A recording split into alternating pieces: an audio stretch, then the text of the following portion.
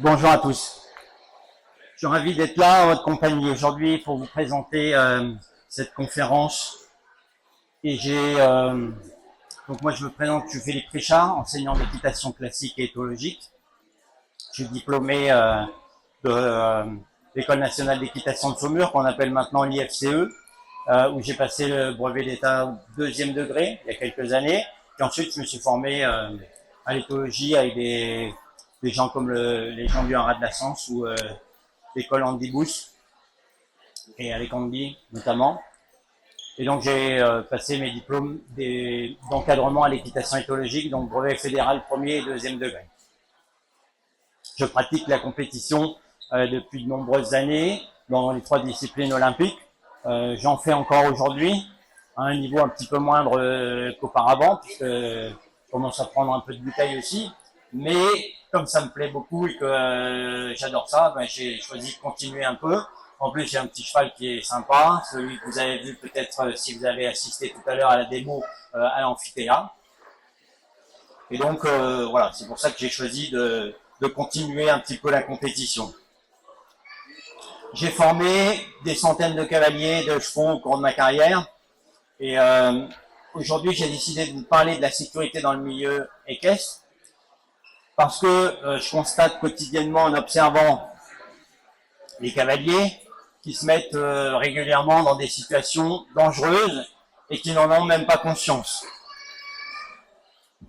Et donc, souvent, fort heureusement, ça se passe bien, ça se termine sans accident, mais il n'en demeure pas moins que la situation reste accidentogène et que le pire, c'est qu'ils n'ont même pas conscience de ça, quoi. Et c'est là où c'est un peu dangereux et c'est surtout ça qu'il faut arriver à pouvoir corriger. Donc pour que les cavaliers puissent se rendre compte que les situations qu'ils vivent sont dangereuses, il est nécessaire de faire évoluer beaucoup les mentalités et que les gens se forment. Souvent les gens, ils achètent un cheval mais ils se forment pas. Ils ont monté vaguement dans un centre équestre quand ils étaient plus jeunes. Ils peuvent arrêter de monter pendant 10-15 ans et puis un jour ils disent je reviendrai bien un peu à l'équitation, j'achète un cheval et voilà. Et ils ont une petite formation d'il y a quelques années, mais voilà. Si on se forme pas, fatalement on va avoir des petits soucis au niveau de la sécurité, puis surtout au niveau de la relation avec le cheval. Donc j'ai élaboré cette présentation autour d'un constat, c'est qu'il y a beaucoup trop d'accidents avec des causes qui sont bien identifiées. Et dans un deuxième temps, je vous présenterai ce qui, selon moi, permettra d'éviter ou de réduire les accidents.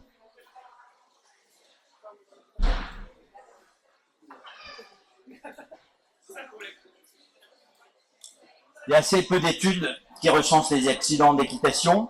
Cependant, j'ai trouvé une source sur Internet appelée cavalon.fr.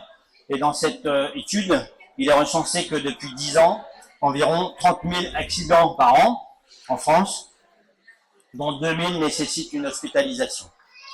Sur ces 2 000 hospitalisations, on a 2 à 3% d'accidents mortels, ce qui correspond environ à une cinquantaine de décès chaque année. Ces accidents mortels sont causés le plus souvent par des chocs au niveau de la tête et au niveau du rachis cervical. Ces chiffres sont stables depuis environ une dizaine d'années, avec une légère tendance à la baisse, grâce à 2 points. Les équipements de protection qui sont de plus en plus performants, et notamment l'arrivée du gilet airbag, qui a été inventé par des cavaliers, enfin des gens qui sont ingénieurs, mais qui travaillaient aussi dans le monde de la moto et qui sont cavaliers, et qui ont créé ce fabuleux outil qu'on appelle le gilet airbag, donc qui a vraiment permis de diminuer les accidents, puisqu'aujourd'hui, si on est équipé d'un gilet airbag, quand on va tomber, on va se retrouver un peu gonflé comme un billes d'homme, mais on risque quand même beaucoup moins de se faire mal que sans ce gilet. Et donc aussi une amélioration qui a été apportée au niveau des casques. Les casques sont bien plus performants aujourd'hui. Et le deuxième point, c'est des efforts qui ont été faits au niveau de la Fédération française d'équitation pour améliorer les règlements. C'est-à-dire qu'il y a eu une période, il y a quelques années, il y avait en concours complet des décès chaque année sur le cross, et c'était vraiment une hécatombe. Et ils ont réduit en fait la vitesse dans certains niveaux d'épreuves, notamment pour les épreuves amateurs et pour les épreuves club aussi. Ils ont réduit un petit peu les vitesses, et ce qui fait que maintenant les cavaliers s'y rentrent trop vite à l'issue du cross, ils se trouvent pénalisés. Donc ce qui a permis de réduire comme ça considérablement la vitesse. Et forcément, quand on réduit la vitesse sur le cross, eh bien on réduit forcément le nombre d'accidents, en tout cas des accidents moins graves. Et le deuxième effort qui a été fait aussi au niveau de la fédération, c'est qu'ils ils ont obligé les cavaliers de dressage à monter avec un casque, ce qui n'était pas le cas il y a quelques années encore. Les cavaliers de dressage montaient avec un casque, un chapeau plus ou moins haute forme. Mais voilà, c'était absolument pas un outil de protection au niveau de la tête. J'ai évoqué précédemment le changement de mentalité, qu'il serait donc intéressant de faire évoluer. Et je pense que nous, professionnels, enseignants d'équitation, on doit apporter une vigilance particulière à la présence et à l'utilisation de matériel adapté. Ça sous-entend de se poser des bonnes questions. Est-ce que mes chaussures que je porte sont adaptées? Est-ce que j'ai un pantalon? J'ai vu des cavaliers monter sans pantalon, en short. Est-ce que j'ai des chaps? Des bottes? Ou est-ce que je monte en chaussettes? Ça c'est pareil. On n'a pas du tout la même accroche quand on monte avec des chaussettes que quand on monte avec des chaps ou avec des bottes. Évidemment un casque, même si je vous l'accorde, il y a quelques années, en arrière, quand j'étais plus jeune, j'ai beaucoup monté sans casque, mais je vous recommande pas de le faire. Et plus ça va, et moins c'est moins la tendance qu'auparavant.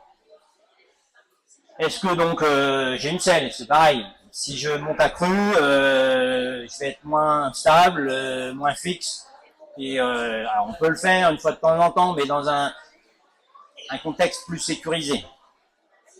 Bien sûr, protège d'eau si on va sur le cross, ou même pas forcément sur le cross. Tout dépend du cheval qu'on monte aussi. Si on fait du débourrage ou si on monte des jeunes chevaux, on n'est pas sûr de leur comportement. Un petit protège d'eau ou un airbag, c'est toujours là pour sécuriser, ça fait pas de mal.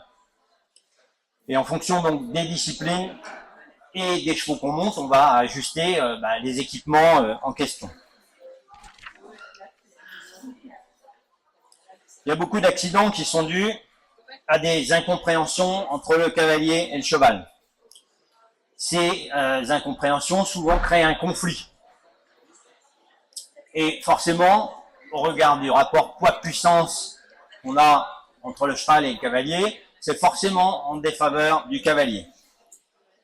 Pour illustrer mes propos, je vais vous raconter une histoire qui m'est arrivée il y a quelques années avec ma jument, Pléiade, qui est poulinière maintenant. C'était une jument que j'ai montée beaucoup en concours complet, en CSO, jusqu'au niveau international.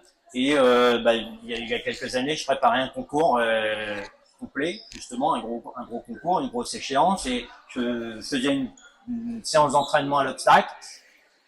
Et j'étais concentré sur mon objectif et uniquement sur mon objectif, et j'étais pas suffisamment focalisé sur ma jument, sur ce que ma jument m'envoyait comme signaux pendant cette séance. Et j'ai continué à travailler comme s'il se passait rien, et j'ai totalement ignoré ces signaux qu'elle m'envoyait. Jusqu'au moment où ça s'est pas bien passé, elle s'est mise debout, mais à la verticale, elle est partie en arrière, elle a perdu l'équilibre en arrière, et elle est tombée sur moi. Voilà.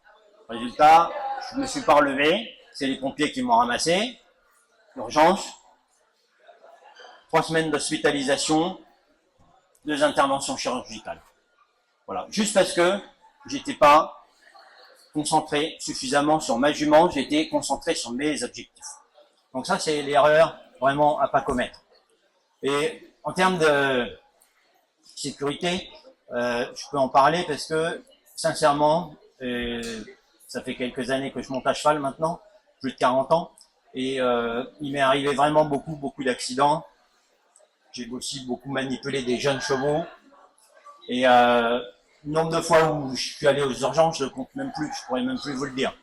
Donc c'est vraiment, quand je vous parle de ça, c'est vraiment du vécu, quoi. Et donc, au cours de cette séance, j'aurais dû donc rester à l'écoute de ma jument, pas générer de conflit, peut-être rediminuer un petit peu le niveau d'intensité, le niveau d'exigence par rapport à cette séance, ce que j'ai clairement pas fait. Et d'autre part, j'aurais dû rester clairvoyant et à l'écoute. Et ça, c'est une vraie compétence de cavalier. Et on peut avoir cette compétence, mais quand on est focalisé sur ses objectifs, eh bien on peut, même si on a cette compétence, on peut l'occulter un petit peu. Et ça, c'est vraiment dommage. Mais une fois qu'on a ce manque de clairvoyance et ou ce manque de compétence, on est quasiment sûr d'une chose, c'est qu'on va arriver à l'accident tôt ou tard. C'est qu'une question de temps. Donc, qu'est-ce qui mène à l'accident? Donc, il peut y avoir une seule cause ou ça peut être multifactoriel, il peut y avoir plusieurs causes. Moi, j'en ai répertorié 7 causes principales. Après, il peut y en avoir encore d'autres, mais enfin, souvent, elles partent au moins d'une de ces 7-là. Donc, la première, pour moi, c'est l'absence ou le matériel inadapté. Absence de matériel ou matériel inadapté. Donc, comme je disais, je vois régulièrement des cavaliers qui font des choses, que ce soit à pied ou à cheval, mais qui ne sont pas équipés correctement. Je vois régulièrement des chevaux, enfin des cavaliers qui vont chercher leurs chevaux auprès, sous prétexte que il fait chaud, c'est l'été, il fait 40 degrés, ok, bah on y va en tongs, pour aller chercher son cheval.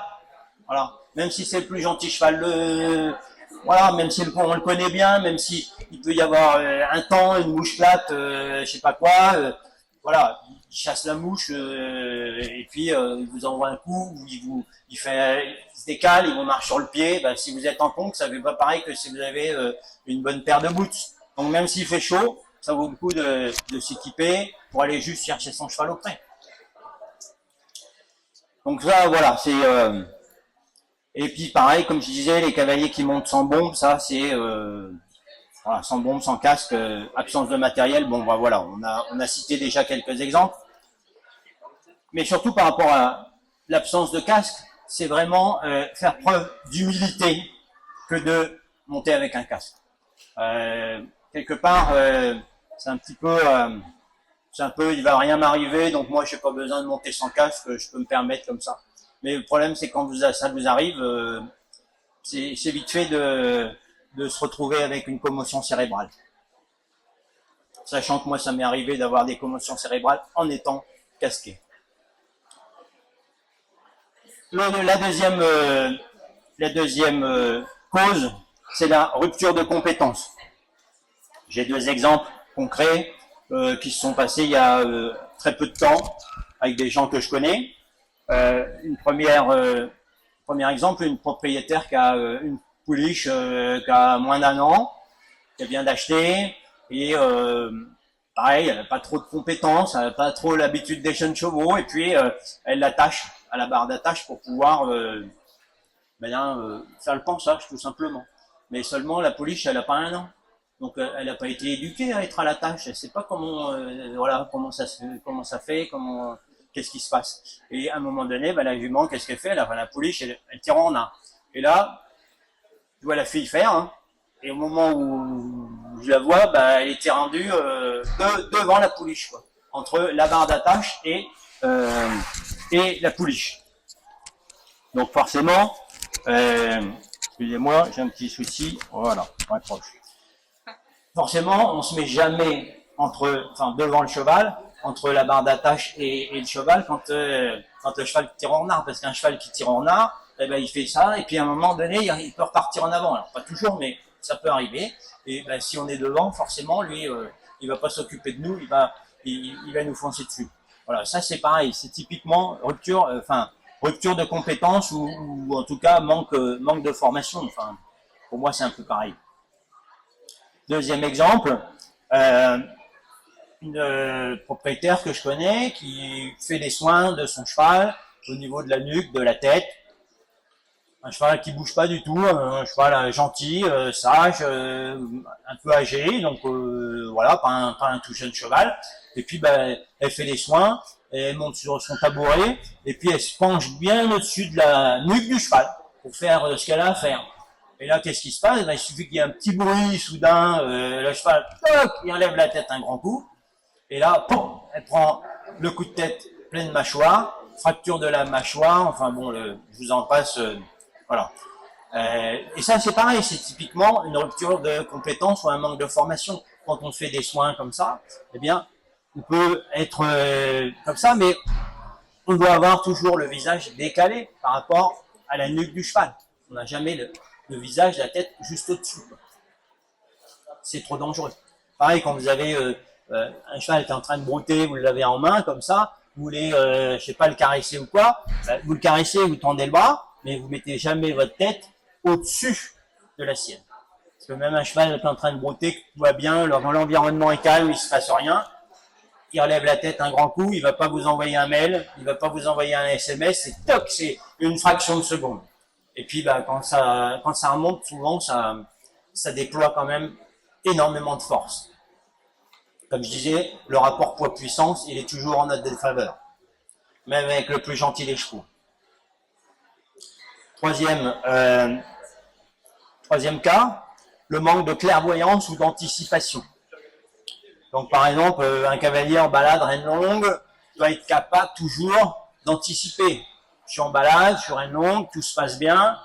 Après, j'ai pas de problème avec le fait d'avoir les reines longues, c'est pas ça le souci. Mais vous voyez que il y a un cheval qui arrive au loin en face, ou bien il y a je sais pas quoi, un coureur à pied, un gars en vélo, des arroseurs par exemple en été, des gros arroseurs qu'il y a dans les champs. Bon, enfin après j'en passe et des meilleurs, hein, il peut y en avoir tout un tas de situations. Et le premier réflexe, c'est tout de suite se dire, ok, alors il faut pas stresser inutilement, mais il faut se dire, hop, le cheval il peut faire un écart, il peut faire un démarrage. Donc hop, je remonte un peu sur mes rênes. Comme ça, si jamais ça part, eh bien, voilà, je peux tout de suite intervenir. Donc ça, c'est ce que j'appelle pour moi un manque de clairvoyance ou d'anticipation. Une formation inadaptée, c'est aussi souvent des choses que je vois. Formation inadaptée, par exemple, on a appris à de nombreux cavaliers que quand vous attachez un cheval, eh bien, pour éviter qu'il tire en renard, vous l'attachez avec une petite ficelle bleue, ficelle de ballot de paille, hein, il y en a là d'ailleurs. Voilà. Et quand vous les attachez avec ça, il se passe quoi? Si le cheval il tire en renard, la ficelle casse. Et ce qu'il faut bien comprendre, c'est que le cheval, il comprend quoi et il apprend quoi? Il apprend que au moment où il tire, il retrouve le confort. C'est-à-dire au moment où la ficelle casse. Et le cheval, il retient ça. C'est-à-dire qu'en fait, si je veux obtenir le confort, eh bien, il faut que je tire un peu plus fort, la ficelle va casser, je vais retrouver le confort. L'apprentissage, ça se passe comme ça chez un cheval. En fait, c'est ce qu'on appelle le renforcement négatif. Hein, quand on met de la pression, eh bien, il faut que le cheval puisse obtenir la récompense. En fait, c'est l'arrêt de la pression. Enfin, je ne vais pas rentrer dans les détails sur ce sujet-là, puisque c'est pas l'objet de ma conférence. Et que j'avais fait une conférence ici l'année dernière qui portait là-dessus. Donc là, je m'écarte un peu. On pourra en reparler tout à l'heure au niveau des questions-réponses. Cinquième cas, c'est des chevaux pas assez éduqués. Manque d'éducation du cheval. Autre exemple, j'ai un cavalier qui s'est acheté un cheval, un petit cheval espagnol, 7 ans, je crois, 7 ou 8 ans, gentil, un gentil cheval. Sauf que il tenait pas du tout l'immobilité au montoir. Donc, le gars, il arrivait à monter dessus. Ça se passait assez bien, mais ça bougeait toujours. Donc, quand ça bouge au montoir, qu'est-ce qu'on fait? On monte de plus en plus vite, parce que forcément, comme ça bouge, hop, je mets mon pied à l'étrier, puis voilà, je me dépêche. Mais pas d'éducation de cheval. Donc, le cheval, qu'est-ce qu'il fait? Il continue à faire ça. Puisqu'à partir du moment où on n'éduque pas, ça continue. Et forcément, à un moment donné, le cheval, il part de plus en plus vite. À chaque montoir, il fuit. Et un jour, il loupe son coup. Il se retrouve sur un étrier. Sur l'étrier gauche, il n'a pas encore passé sa jambe droite. Et où il commence à la passer. Et le cheval, là, il prend de la vitesse. Il se dit, là, ça va pas le faire. Qu'est-ce qu'il fait? Hop, soit il lâche tout, soit il perd l'équilibre en arrière. Il tombe. il se fracture le coccyx. Voilà.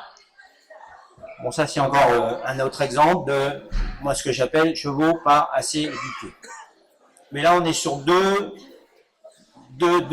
cas de figure, c'est-à-dire un cheval qui manque d'éducation et un cavalier qui manque de formation. Autre exemple, les conflits ou objectifs rigides. Je vais expliquer ici que un cavalier doit être capable de trouver une solution adaptée à la situation dans laquelle le cheval va ressortir gagnant. Vous envisagez de faire un exercice, ça se passe pas bien. Est-ce que je pourrais pas, plutôt qu'insister sur ce même niveau d'exercice, est-ce que je pourrais pas redescendre un petit peu le niveau pour faire en sorte que le cheval soit sur quelque chose qu'il connaît un peu, qui est plus facile, on le refait une fois, deux fois, si ça se passe bien, on remonte d'un cran, et c'est ça. Et c'est ça, c'est toujours trouver une solution qui permet d'avoir un cheval qui va faire une association positive avec ça. On appelle ça en termes, pareil, je reviens un peu sur la théorie de l'apprentissage, on appelle ça le modelage. Le modelage, c'est quand vous passez d'un exercice simple à un exercice un peu plus compliqué et que vous complexifiez.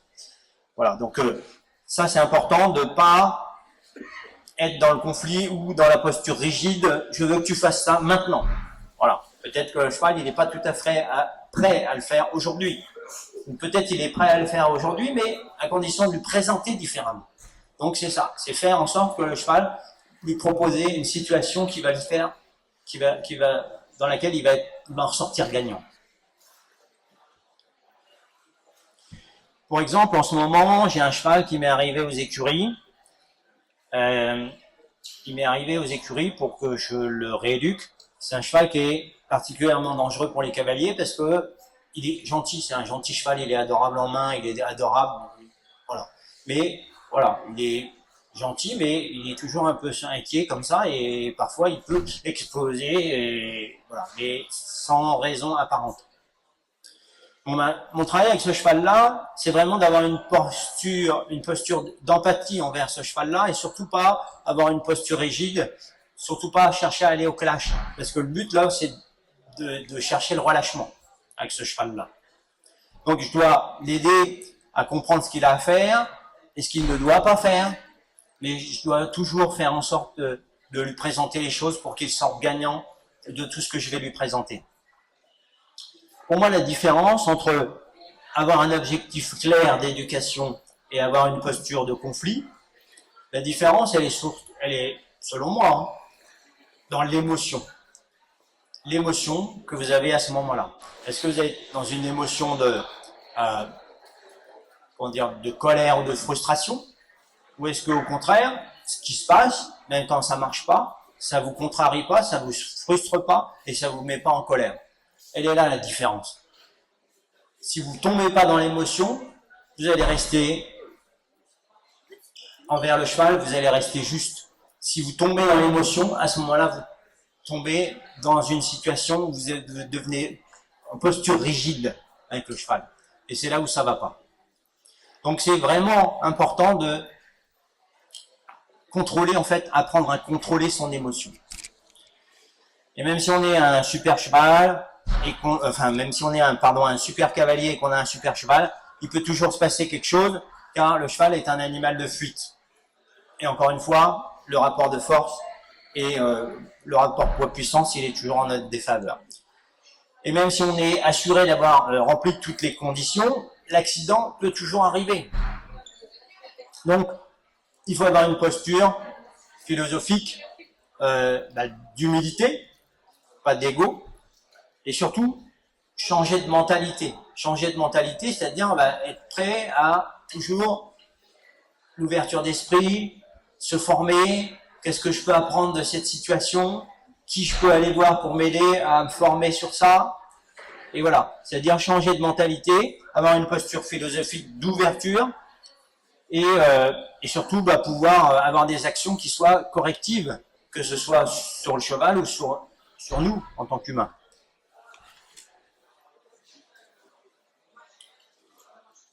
Comment est-ce qu'on peut réduire les accidents? On peut réduire les accidents en ayant enfin, on peut réduire, comment dire, les accidents. Il y a 2 points sur lesquels on peut intervenir. C'est devenir un cavalier formé qui va réussir à clarifier et adapter ses demandes proportionnellement au niveau du cheval, en évitant les postures rigides, c'est ce qu'on vient de parler, c'est ce qu'on vient d'exprimer.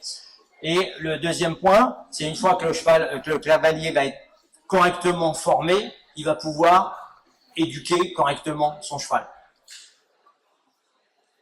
Et donc, en utilisant ce dont j'ai parlé précédemment, en utilisant la théorie d'apprentissage qui nous est enseignée par les scientifiques, les éthologues et ainsi de suite. Donc, former les cavaliers, c'est leur donner les clés de la compréhension équine. Leur enseigner à mieux connaître le cheval, mieux le comprendre, appliquer tous les principes de la théorie d'apprentissage pour l'éduquer. C'est pouvoir enseigner l'observation. L'observation, c'est quelque chose qui s'enseigne, qui s'apprend. Quoi observer? Comment observer? Qu'est-ce qu'il faut regarder? Et comment je l'analyse? Parce que si je l'ai observé mais que je suis pas capable de l'analyser, ça me sert pas à grand chose. Donc l'observation, ça s'apprend. Ce qui veut dire que je dois savoir qui est mon cheval.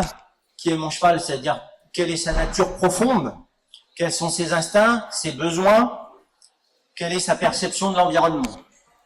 Ça veut dire aussi connaître parfaitement donc la théorie d'apprentissage, je reviens là-dessus, parce que pour moi c'est fondamental.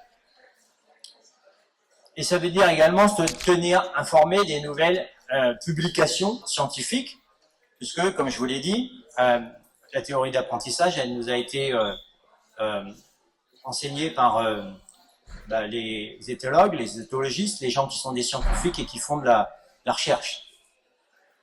Et forcément, comme c'est de la science, ça change régulièrement, puisque les scientifiques ils mettent ça à jour. Et donc il faut se tenir à jour des nouvelles connaissances scientifiques. Et donc je vous ai dit aussi que j'avais une double formation, classique et éthologique. Et avant de me former à la compréhension des chevaux, donc je vous l'ai dit aussi, j'avais multiplié les accidents, et pour certains assez graves, jusqu'au jour où j'ai rencontré un cheval, et un cheval particulier, puisque c'était un cheval il existe toujours, il n'est pas décédé. C'est un cheval qui fait 1m83 ou 4 au garrot, qui fait 800 kg à peu près de muscles, cheval de sport, et à l'époque où je l'ai connu, il avait 3 ans, il était entier. Et j'ai pris quelques vols avec ce cheval-là, et surtout,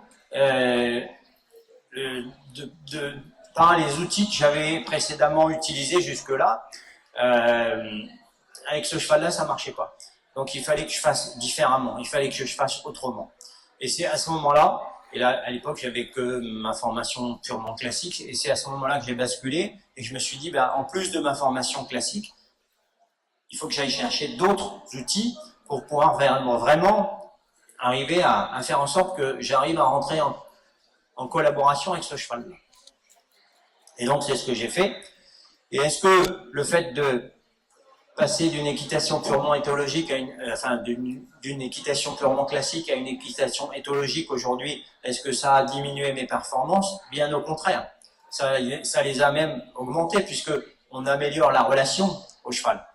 Le cheval que je vous ai présenté tout à l'heure en démo, ou que je vais représenter ce soir, c'est un cheval qui est performant en CSO, en complet. Il a gagné cette année. Il a même gagné en endurance.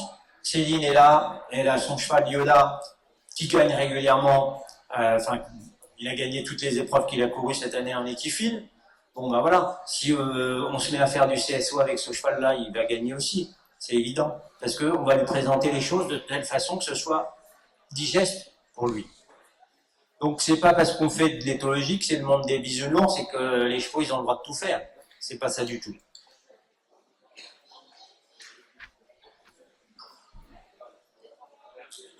Donc je vous ai dit que j'avais fondamentalement changé ma façon d'éduquer les chevaux. Je débourre plus du tout comme auparavant, et je ne travaille plus du tout les chevaux comme auparavant. J'utilise aujourd'hui des techniques de désensibilisation qui ont pour but d'inhiber le réflexe de fuite. Je reviens donc pour illustrer mes propos sur le cheval dont je vous ai parlé tout à l'heure, qu'on m'a confié, qui est un cheval particulièrement inquiet, qui est très gentil, mais voilà. Ce cheval-là, c'est un cheval qui appartient à une cavalière de dressage de haut niveau, qui a couru au championnat du monde. Et son papa aussi a fait des très grosses épreuves, c'est Constance Ménard, pour ne pas la nommer. Et elle m'a confié ce cheval parce que elle savait que j'allais me poser les bonnes questions avec ce cheval-là et que j'allais essayer de trouver la meilleure solution pour lui. Voilà, le but c'est pas de rentrer en conflit, mais c'est de lui présenter les choses. Et alors, il m'a obligé à réfléchir un petit peu ce cheval-là. Tout ça, moi j'aime bien ces chevaux-là parce que c'est ces chevaux-là qui nous font avancer quelque part. Et il a fallu que je trouve, pourquoi quand je me mets derrière le passage de sangle, à pied je parle, hein, chaque fois que je me mettais derrière le passage de sangle, que je voulais le faire passer un petit peu devant moi en main, eh bien je sentais que le cheval tout de suite, il me regardait comme ça, l'air de dire qu'est-ce que tu fais là, t'es pas à ta place. Vous voyez, donc je me suis dit, oui d'accord, je comprends qu'en fait, tout ce qui se passe un petit peu derrière le passage de sangle, ça l'inquiète, alors que j'étais à pied. Donc si, quand je suis à cheval, il se passe la même chose, eh bien, voilà, ça va l'inquiéter. Donc j'ai travaillé beaucoup en désensibilisation pour arriver à faire en sorte qu'il se relâche. Mais, alors il a bien compris la désensibilisation, il bouge pas les pieds, il est là, il est immobile, mais il se relâche pas. Donc il faut que j'arrive à trouver quelque chose. Donc je cherche, et puis j'ai dit, voilà, si derrière la ligne de conduite, derrière le passage de sang, ça l'inquiète, je vais le travailler au long graine. Et donc là, voilà, actuellement je suis en train de faire ça, je suis en train de travailler à long graine et le cheval commence à évoluer. Donc là, je suis au salon du cheval, je peux pas le travailler en ce moment, mais voilà, dès que je vais rentrer, je vais reprendre ce travail avec ce cheval-là. Donc ça, c'est pour vous dire que j'aurais pu avoir une posture rigide en disant, toi, tu vas voir, moi je suis un bon cavalier, je vais te monter sur le dos, et puis je vais te faire lâcher le morceau, tu vas voir, quand on aura fait quelques bonnes séances un peu à l'ancienne, là, tu vas la mâcher le morceau et tu vas te relâcher, et voilà. Mais c'est pas ça que j'ai choisi de faire. J'ai choisi vraiment de chercher pourquoi ça marche pas, pourquoi le cheval s'inquiète, pourquoi, et c'est ça qui m'intéresse. Et ça, c'est ce que j'aurais fait probablement auparavant. Auparavant, je serais monté dessus, et voilà. C'est aussi pour ça que j'ai eu beaucoup d'accidents. Bon, après, j'étais beaucoup plus jeune, et surtout, j'avais pas peur de tomber. Aujourd'hui, je me méfie un peu plus des chutes. Voilà. Mais ça peut encore m'arriver. Donc, c'est vraiment faire preuve d'humilité, de travailler ces chevaux-là, et surtout pas rentrer dans le conflit rigide, quoi.